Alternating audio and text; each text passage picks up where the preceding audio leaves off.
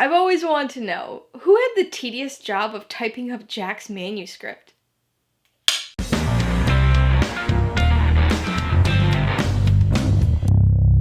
Hey everybody, welcome to Mainely Movies. As the conclusion to my 2019 13 Nights of Halloween series, today I'm going to be talking about the 1980 Stephen King horror film, The Shining.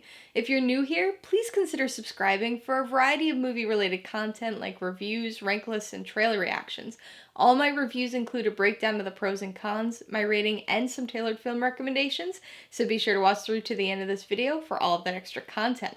The Shining stars Jack Nicholson, Shelley, Duvall, and Danny Lloyd, and was directed by Stanley Kubrick. It's an adaptation of the 1977 Stephen King novel of the same name, and tells the story of Jack Torrance, a writer played by Jack Nicholson who takes a job as the winter caretaker of the isolated Overlook Hotel.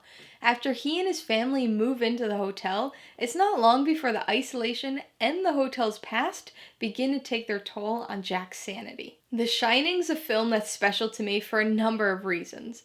I know it comes as no surprise, but I love Stephen King's work. I've read most of his novels and short stories, and I've seen most of the films based on those novels and short stories. The Shining was one of my earliest and favorite King novels, so naturally, I was drawn to the film as well. The other major reason this movie's so special to me is because it was the first film I ever really analyzed. During high school, I took a handful of cinematography and film criticism classes. In my first cinematography class, we had a final project in which we had to critique a film and explain the filmmaking aspects and their relevance to the story. I chose to do my project on The Shining, and it was the first time I ever really watched a film with a critical eye. In fact, I watched it 4 times for that project, focusing on a different aspect each time. The cinematography and camera work, the writing, the acting, the set design and costume design. I'll admit that I went a little overboard.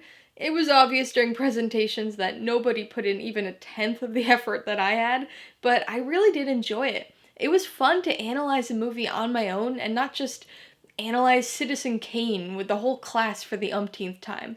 And I can really credit The Shining with sparking my interest in film criticism. This is one of Stephen King's stories that I think was most significantly changed when it made the jump from page to screen, which is, in part, why he released a miniseries remake almost 20 years later.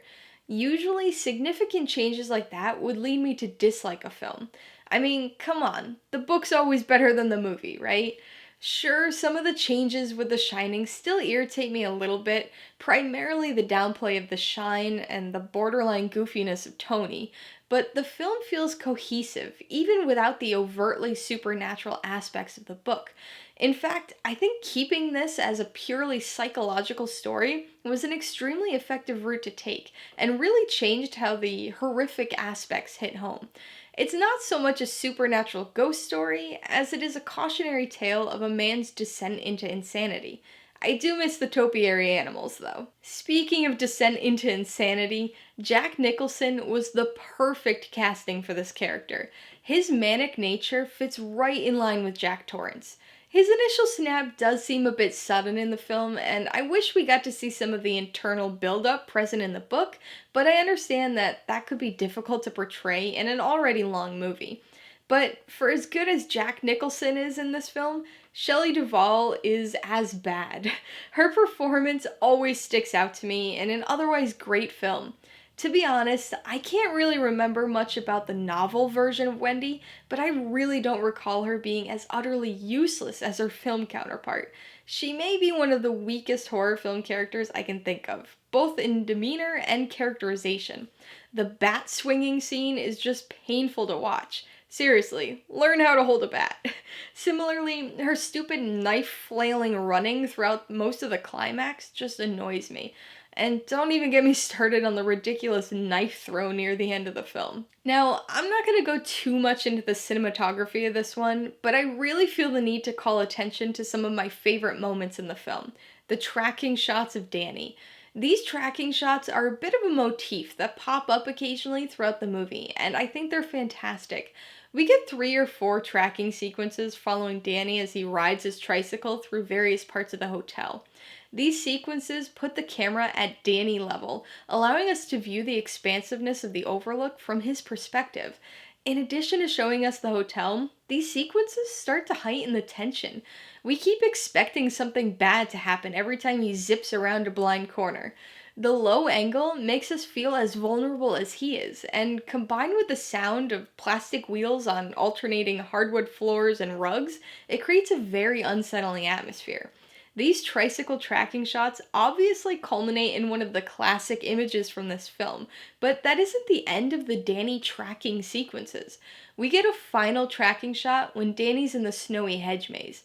This time, the fear isn't what lies ahead, but what's behind, and the slightly higher angle matches the height of the tangible danger. It's always odd to see a Stephen King story not set in Maine, but at least we get a subtle reference here. Lloyd is the best bartender from Timbuktu to Portland, Maine.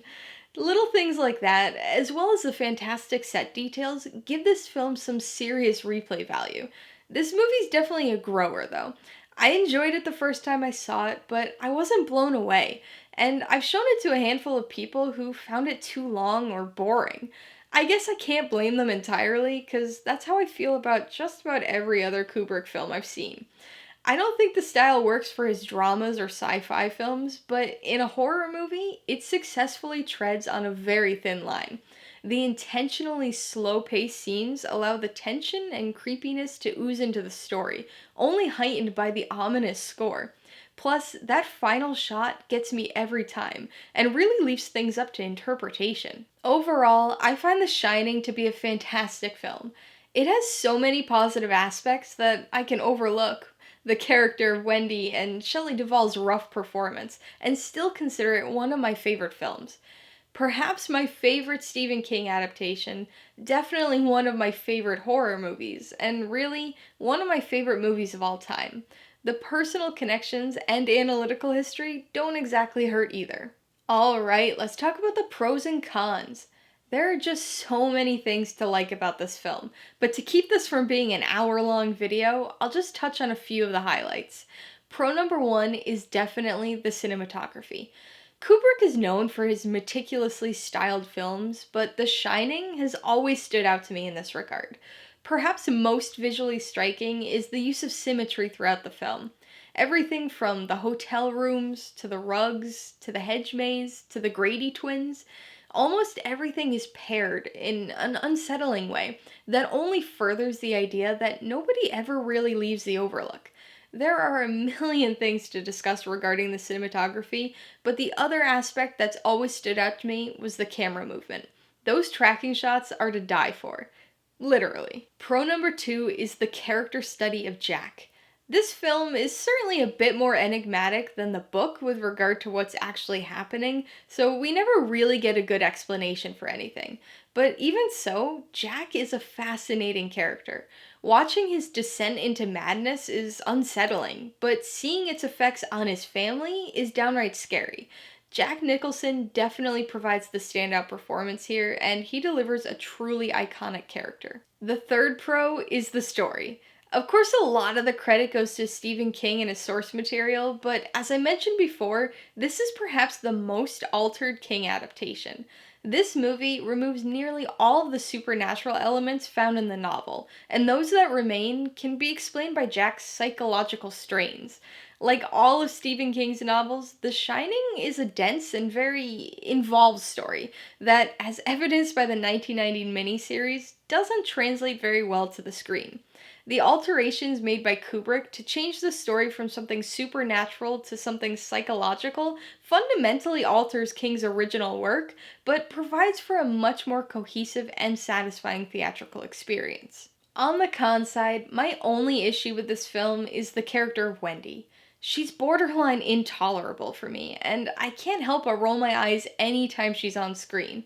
It's been a long time since I read the novel, so I can't remember exactly how her character is there, but I know it wasn't like this. She's just so frustratingly weak and meek that it drives me nuts.